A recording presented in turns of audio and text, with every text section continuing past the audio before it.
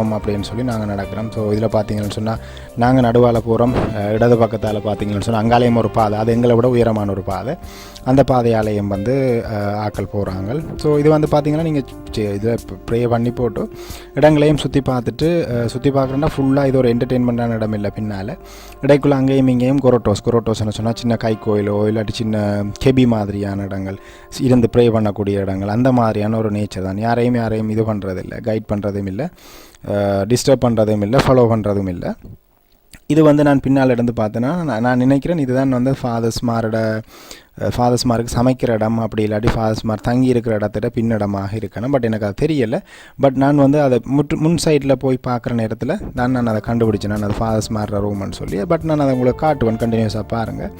நாங்களும் அப்படியே கண்டினியூஸாக நடக்கிறோம். அந்த இதை என்வாயன்மெண்ட்டை என்ஜாய் பண்ணிக்கண்டு எல்லாமே சுற்றி வர மரங்கள் தான். எங்களுக்கும் சரியாக பிடிபடையில்